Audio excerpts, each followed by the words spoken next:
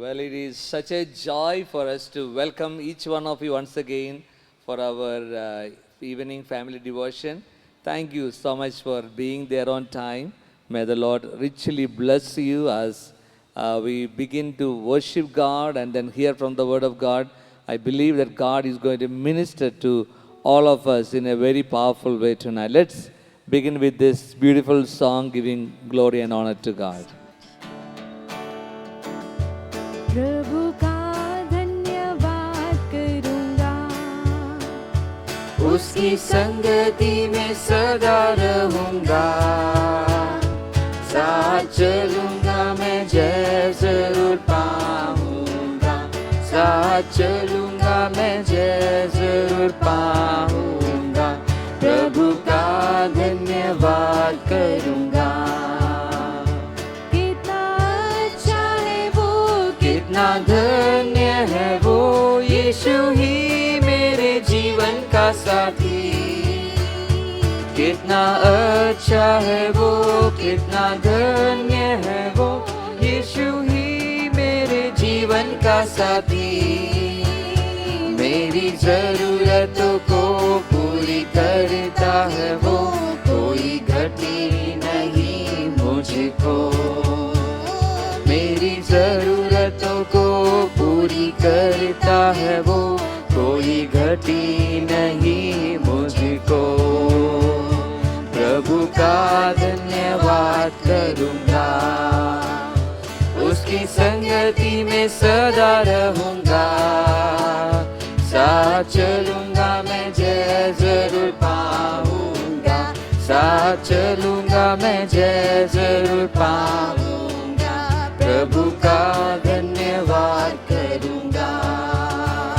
मेरी आयु के दिन पग पग में सदा तेरी सेवा को पूरी करूंगा, मेरी आयु के दिन पग पग में सदा तेरी सेवा को पूरी करूंगा। एक बत्ती समान जलता रहूंगा, तेरी महिमा मेरी कामना। एक बत्ती समान जलता रहूंगा, तेरी महिमा मेरी कामना। प्रभु का धन्यवाद करूंगा, उसकी संगति में सदा रहूंगा, साथ चलूंगा मैं जय जरूर पाऊंगा, साथ चलूंगा मैं जय जरूर पाऊंगा, प्रभु का धन्यवाद करूंगा। Amen. The song says that I will keep on praising my God because He is a good God. और ये गीत इस प्रकार से बताती है कि मैं हमेशा परमेश्वर के लिए गीत को गाता रहूंगा। So today we continue with our devotion from book of Psalm, और आज हम book of Psalm chapter 14. और आज हम अपने बाइबल अध्ययन को जारी रखेंगे और हम भजन संगीता 14 अध्याय से अध्ययन को करेंगे। And yesterday we thought that we would spill over to this chapter, but we were able to only do chapter 13 till yesterday. So we begin from Psalm 14 this evening. और हम सोमवार की शाम को हमने सोचा था कि हम 13वें अध्याय को पार करके 14 में प्रवेश करेंगे, लेकिन नहीं हो पाया। And well, this is also psalm written by David. और ये जो भजन संगीता भी दाऊद के द्वारा लिखा गया है। And all these psalms or songs that he writes to God himself, who is the chief musician of all. और दाऊद ये जो भी भजन को लिखा है परमेश्वर के लिए लिखा है, जो प्रधान बजाने वाले के लिए है। Because God, of course, is the musician of the universe, and He is above all, and He is worthy of praises, glory, and honor. क्योंकि परमेश्वर जो कि सर्वशक्तिमान है, सर्वव्यापी है, और वो सारे जो गीतों के जो सब कुछ का वो प्रधान है। And also, this psalm talks about the fallen thoughts of man and also the faithfulness of God. और ये जो भजन जो बताती हैं कि मनुष्य के जो सोच विचार जो पतन हो जाता है, लेकिन परमेश्वर की विश्वास योग्यता। All right, let's turn our Bibles to Psalm 14, verse 1. आइए हम सब निकल भजन संगीता उसके 14 अध्याय को। And here David talks about the sad condition of a man who rejects God. और यहाँ पे दाऊद ऐसे मनुष्य के बारे में बातें कर रहा है जिन्होंने परमेश्वर को तिरस्कार कर दिया है। He is analyzing the condition of a man who doesn't believe in God and who always says that God is, he doesn't need God in his life. और वो कहता है कि ऐसे मनुष्य के लिए जो परमेश्वर को तिरस्कार करता है और वो जिसे परमेश्वर की जरूरत नहीं है, उसकी जो दुख भरी अवस्था को बताता है। Verse 1, let's read 14 verse 1. आइए हम 14 के पहले पद को पढ़ें। It says, the fool has said in his heart, there is no God. They are corrupt. They have done abominable works. There is none who does good. और मूर्ख ने अपने मन में कहा है कोई परमेश्वर है ही नहीं, वे बिगड़ गए, उन्होंने घिनौने काम किए, कोई सुकर्मी नहीं। Well, the first part it says that the fool has said in his heart, there is no God. और पहला पद के पहले भाग में इस प्रकार से लिखा है कि मूर्ख लोग इस प्रकार से कहते हैं कि कोई परमेश्वर है ही नहीं। So here David is looking at those people who denied the existence of God. और यहाँ पे दाऊद ऐसे लोगों की बातें करता है कि जो परमेश्वर को तिरस्कार करते हैं, And he comes to a conclusion that they are fools. और वो एक निष्कर्ष पर निकलता है कि ऐसे लोग मूर्ख होते हैं। It is more of a moral condition than the intellectual in the Hebrew literature. और यहाँ पे जो हिब्रानी जो बारे में कहा गया है और एक वास्तविकता के बारे में दिखाया गया है। And he is not talking about people who are not able to understand who God is, but they knowingly and willingly reject God. और यहाँ पे जो व्यक्ति जो ना समझ के कारण परमेश्वर को नहीं जान रहा है, लेकिन वो सब कुछ जानते हुए भी परमेश्वर को तिरस्कार कर रहा है। In a way, they are saying there is no God for them, but at the same time they are saying that I don't need God in my life. और फिर वो ऐसे लोग हैं जो वो तो उसी समय पर कहते हैं कि परमेश्वर नहीं चाहिए, लेकिन वो परमेश्वर को पूरी तरह से तिरस्कार करते हैं। They not only does not believe in God, but they also act as if there is no God. और वो ना सिर्फ विश्वास करते हैं कि कोई परमेश्वर है ही नहीं, लेकिन वो लोग इस प्रकार से कार्य भी करते हैं कि कोई परमेश्वर है ही नहीं। Well, in the book of Romans chapter 1, Paul talks about that every conscience testifies to the fact of the existence of God. और फिर रोमियो उसके पहले के पहला पद में इस प्रकार से लिखा हुआ है कि जो भी मतलब है जो परमेश्वर के बारे में बताती हैं, they are professing to be wise but rejecting the existence of God. और जो तो भविष्यवाणी को तो करती हैं जो परमेश्वर के जो है उसको, लेकिन वो उसको तिरस्कार करते हैं। In the Hebrew language, the word fool is Nabal. और फिर इब्रानी भाषा में मूर्ख का अर्थ है Nabal. And in 1 Samuel chapter 25 talks about a person called Nabal who rejected David as the king. And remember the story of how foolishly he acted. और पहला शमूएल 25वां अध्याय में हम देखते हैं कि वहाँ पे एक व्यक्ति का नाम नाबाल है जिसने दाऊद को तिरस्कार किया राजा होते हुए। And denying David as the king and denying David his respect that belonged to him. David's men were almost ready to kill him, kill Nabal, but because of his wise wisdom, Nabal was, rescued that day, and David did not do any harm to him. और जो दाऊद को जो आदर मिलना था और नाबाल ने उसको इनकार किया, उसको राजा के रूप में ग्रहण करने के लिए इनकार किया, उसके आदर को उसने इनकार किया, और दाऊद के जो लोग थे वो नाबाल को मारने में थे, लेकिन जो उसकी बुद्धिमत्ता के कारण नाबाल को बचाया गया। Well, so the foolishness of a man could have taken his life. But we see in this that people reject God, they deny God, and they say there is no God. And David says only people who are, fools only can make a conviction or a statement like that. और फिर जो मूर्ख लोग हैं उनकी मूर्खता के कारण उनका नाश हो जाता है, लेकिन दाऊद यहाँ पे कहता है कि मूर्ख लोग ऐसे हैं जो अपने मन में इस प्रकार से करते हैं कि कोई परमेश्वर है ही नहीं, वो परमेश्वर का इनकार करते हैं। How can people deny the existence of God? और किस प्रकार से लोग जो परमेश्वर जो हैं उसको वो इनकार तिरस्कार करते हैं, How can they do that? वो कैसे कर सकते हैं? Unless they decide in their heart and they decide in their mind saying that no, I will not take to that, teaching of the existence of God, and they are trying to say, deny it so that they can be happy in their heart. और ये ऐसे अपने वो सब कुछ जानते हैं लेकिन फिर भी वो परमेश्वर को इसलिए इनकार करते हैं क्योंकि वो अपने मन में एक बात को बना रखे हैं कि उसमें परमेश्वर नहीं चाहिए, Because we know that God is existent. क्योंकि वो जानते हैं परमेश्वर तो है। There are so many arguments, there are so many proofs that we can prove the existence of God. और कई वाद विवाद और कई बातों से हम इस बात को प्रमाणित कर सकते हैं कि परमेश्वर है। Just to mention some of the arguments that are given.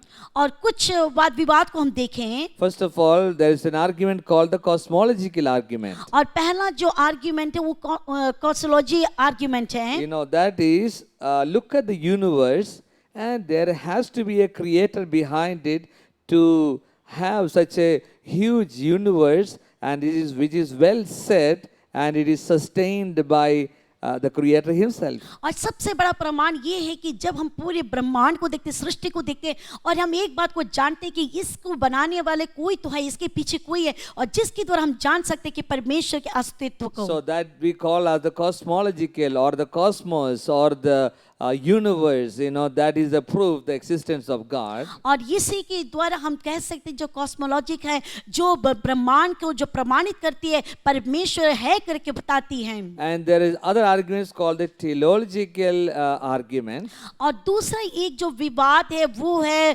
ट्रियोलॉजिकल विवाद। That is, there is a designer behind the universe. कि मतलब ब्रह्मांड के पीछे एक बनाने वाला है। There is somebody who is who has designed it so well.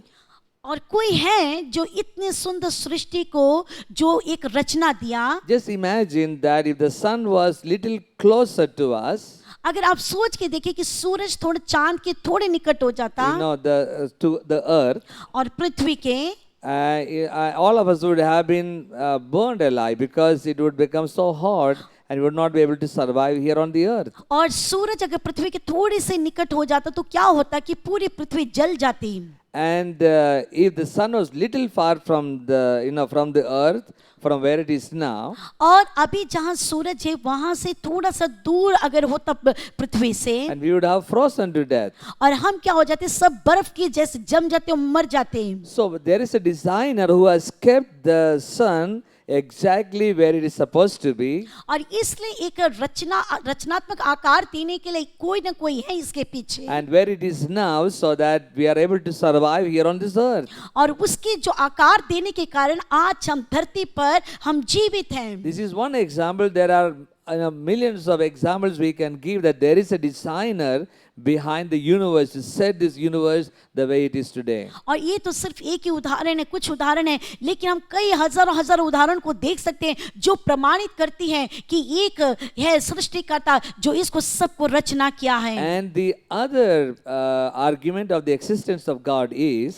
और दूसरा एक जो प्रमाण है जो बताती कि परमेश्वर है, we call it anthropological argument. और वो एंथ्रोपोलॉजी आर्गुमेंट कहते हैं।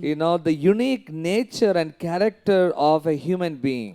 और जो मनुष्य का जो सबसे हुबहू एक चरित्र को, स्वभाव को जो व्यक्त करती है, The way we are able to think. और जिस प्रकार से हम सोचते हैं, The way we are able to invent things. और किस प्रकार से हम खोज को करते हैं। Look around the world. पूरे संसार को देखिए।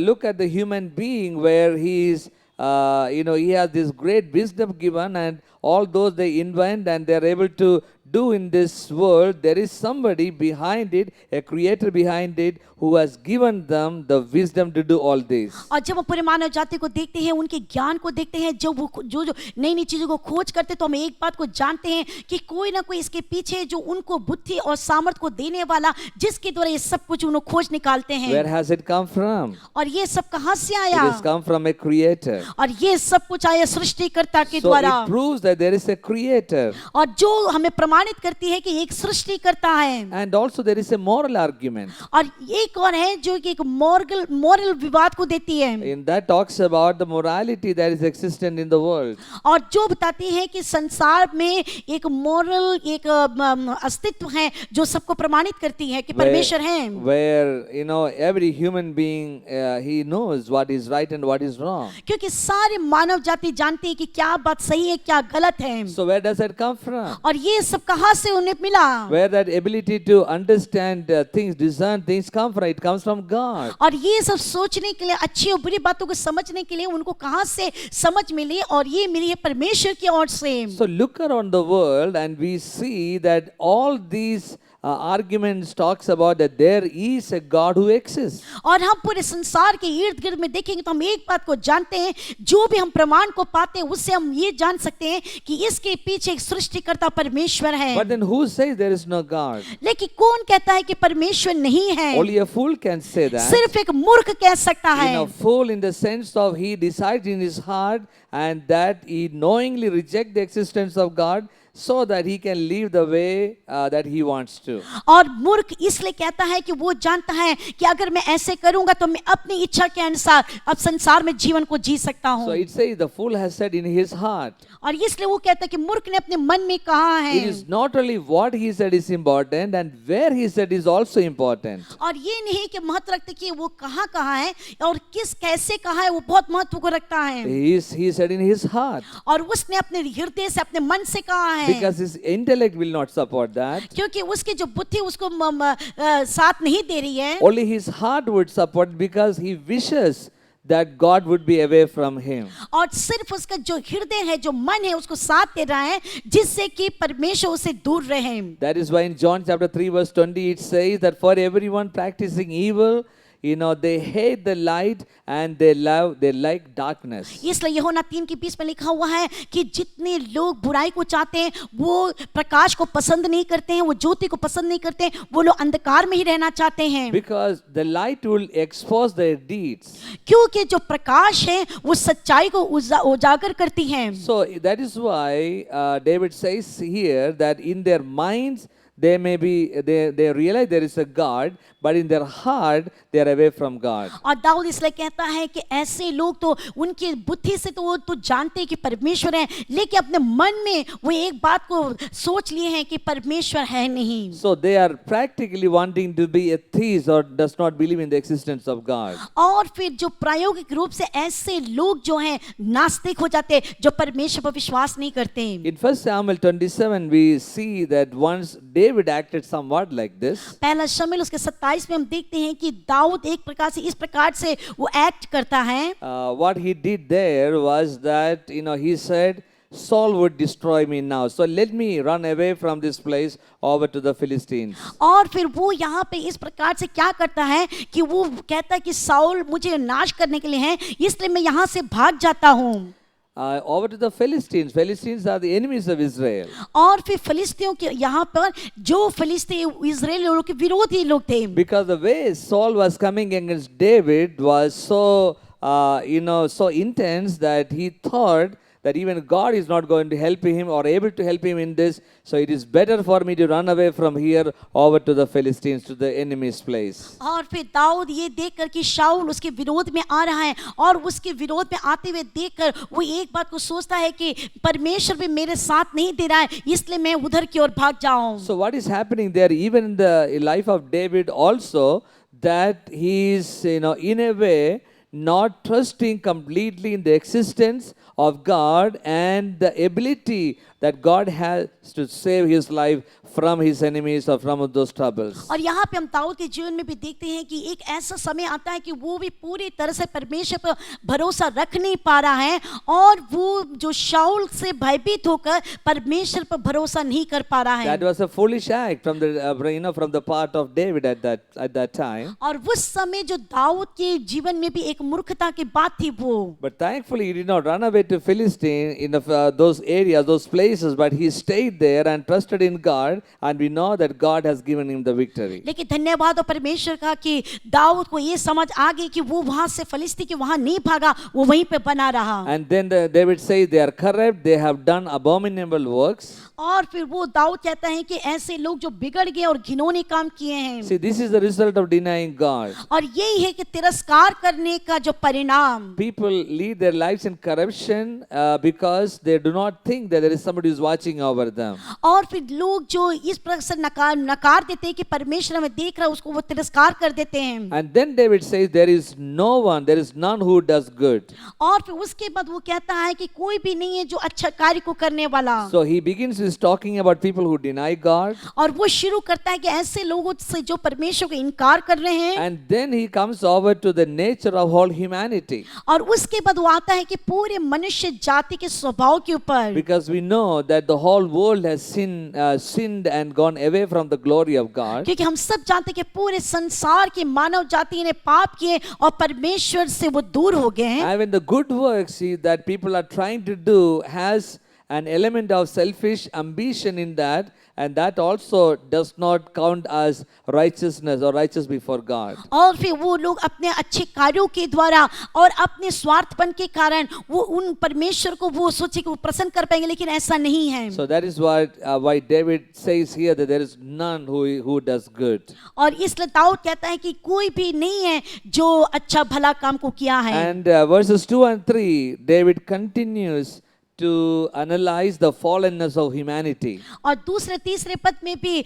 दाऊद यहाँ पे मनुष्य के पतन के बारे में कह रहा है। So he begins with the foolishness of a man who says in his heart that there is no God. और वो शुरुआत को करता है कि मूर्ख लोग हैं जो अपने मन में विचार करते हैं कि परमेश्वर है ही नहीं। But as a child of God, लेकिन परमेश्वर की संतान होने के नाते we all know हम एक बात को जानते हैं, that our God is alive. हमारा परमेश्वर जीवित है, He is watching over us. वो हमें निहार रहा है, He is a miracle working वो God. चमत्कार करने वाला है, You know, He is always there with us. वो हमेशा हमारे साथ रहता है। David realized it. और दाऊद ने इसको अंगीकार किया, समझ गया। After realizing it, he said, "No, I will not run away to the Philistines, but I will stay in this place and I will see the miracle working hand of God." और वो इस बात को अच्छी तरह से समझ गए, इसलिए उसने क्या किया, फिलिस्तीन की वहां पर ना जाके उसी जगह पर रहकर परमेश्वर की सामर्थ को उसने अनुभव किया। And God gave him the victory. और परमेश्वर ने उसे जय को दिया। And God gave him the kingdom that was lost. और जो राज्य का पद उसका दूर हो गया था,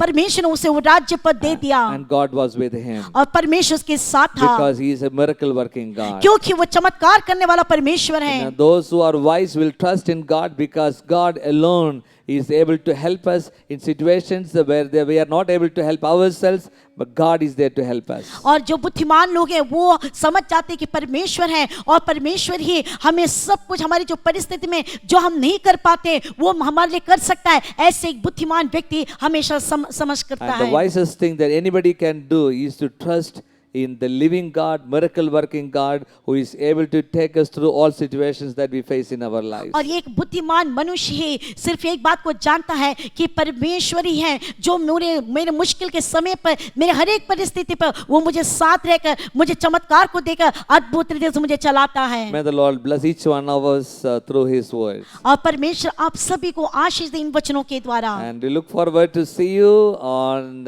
for our next devotion. On Friday, God bless you and be safe. I will be praying for you. But before that, let's sing this song and worship our God. और आने वाले शुक्रवार को हम अगले बाइबल अध्ययन में आपसे मिलेंगे। परमेश्वर आप सबको आशीष दे, सुरक्षित रहिए। आने इस समाप्त करने के पहले आइए मैं गीत को गा के प्रभु की स्तुति और महिमा करें। आमीन। You are here, moving in our midst. I worship you. I worship you. You are here working in this place. I worship you. I worship you.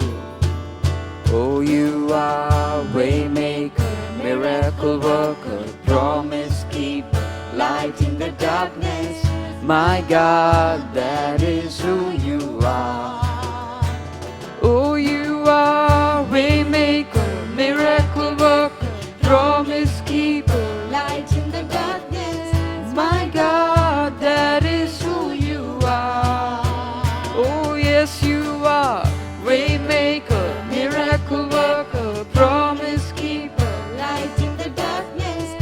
My God, that is who you are. Oh, you are waymaker, miracle worker, promise keeper, light in the darkness. My God, that is who you are.